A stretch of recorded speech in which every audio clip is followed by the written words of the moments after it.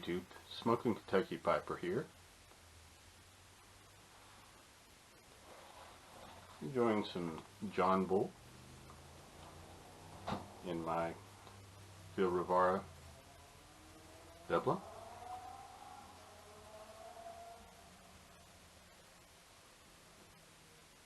Just saw a review that WharfeValleyBoy did on the John Bull. I bought some a couple years back, but I put it away and never tried it. It's an excellent review. If you haven't seen his content, I definitely recommend checking out his channel and subbing. I'll put a link in the description below.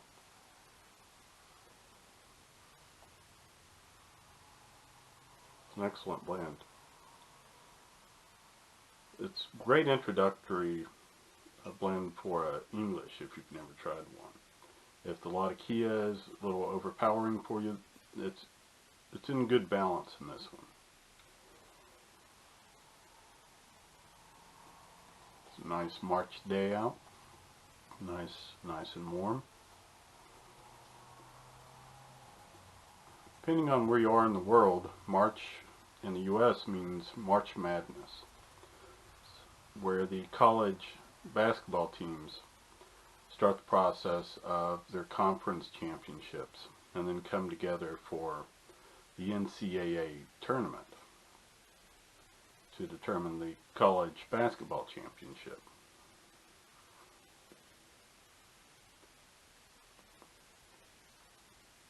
Here in Kentucky, basketball is king, and it was even when I was growing up. I bought this house about 12 years ago. If I step outside the door there of my shop, I can see the elementary school that I went to.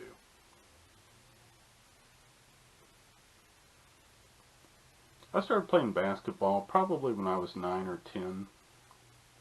I remember giving up my Saturday mornings to go to practice. And, you know, they would drill you. You'd have to learn ball handling skills use both hands equally. And it was pretty much repetition, just getting it to be, you know, second nature for you.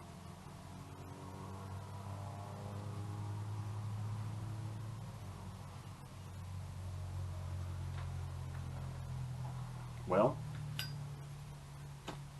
one day during our physical education class,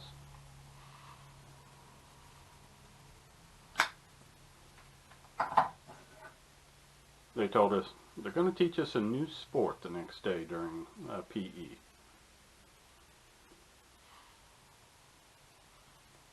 Soccer.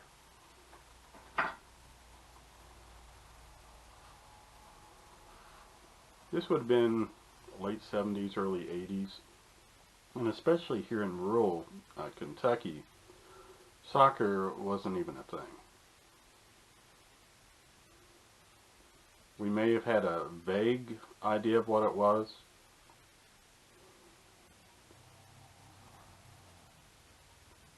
And if you asked any of us to name one soccer player, the only name we'd be able to come up with was Pele. That's just because he featured prominently in advertisements in comic books at the time.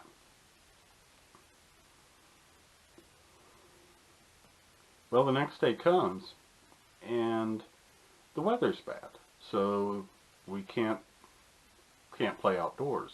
So they take us inside the gymnasium.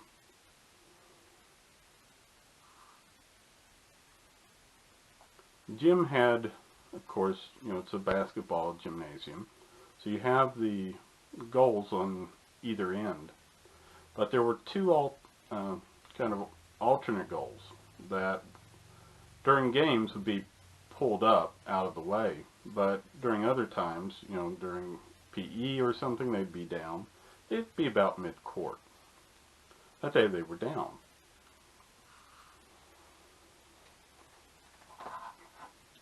So they gather us together and start teaching us all about soccer.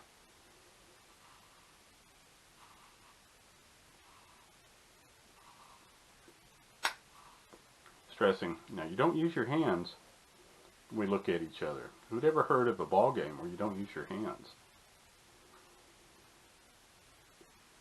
And they started telling us about the fine points of, you know, using your feet to kick the ball, to move the ball down, to get it eventually into the goal at the other end. And then they started telling us about using your body to, you know, block high kicks and, you know, to gain control of the ball. And they were really excited about teaching us this new sport. And one of the teachers says, "Yeah, you can even use your head to be able to, you know, redirect the ball." And there's this one kid there who never missed a chance to smart off. He says, "So you're telling me someone kicks the ball as hard as they can and you want me to stop it with my face?" Of course he got the chuckles he was looking for. And the teacher said, "No, that's not what we're talking about." Well, eventually they broke us down into 4 smaller groups of about 6 each. And wanted us to start kind of, and got us in a circle and kicking the ball around using our feet to, you know, aim it in different directions, kick it in different directions, you know, in order, depending on how we wanted to pass the ball. And then, as normally would happen during one of these PE sessions, they would have a meeting or conference to go to, which I'm assuming that was either a smoke break or a coffee break. I'm not sure which.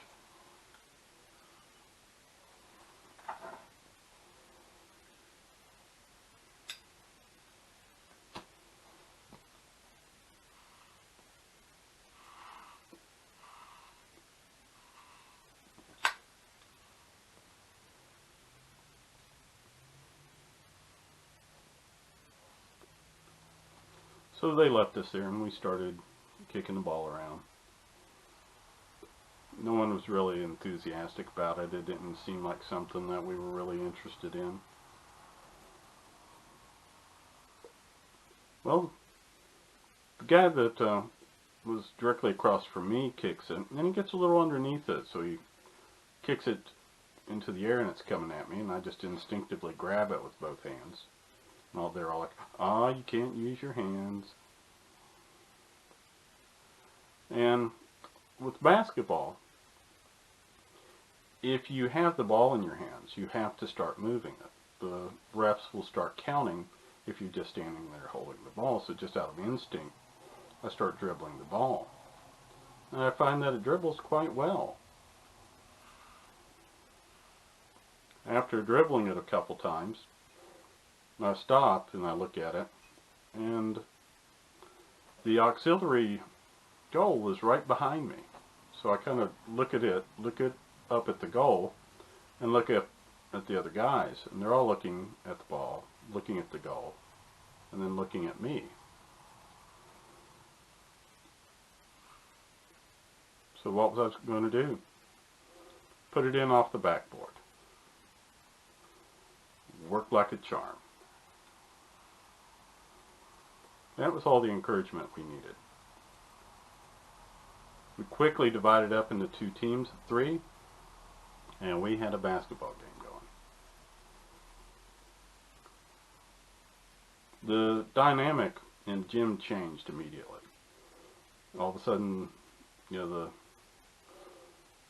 kicking around of the ball was suddenly replaced by dribbling and squeaking of shoes as we were working to, you know, score points. And we noticed all around us, all of the other teams had suddenly stopped what they were doing and started watching us.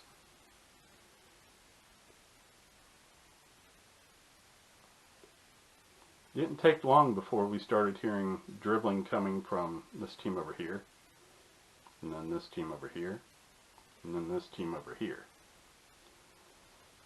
So the soccer practice broke out into 4 separate little basketball games. This is Kentucky, what you expect.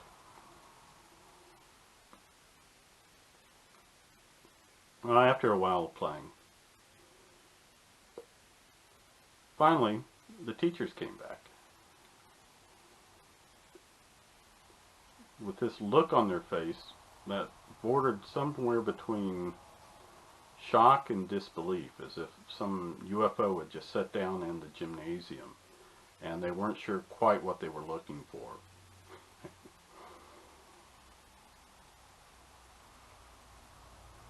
Two things happened as a result of that day.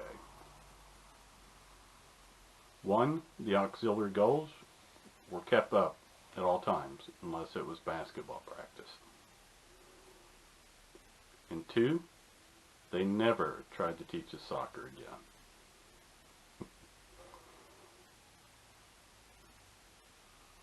Well, I hope this video finds you well.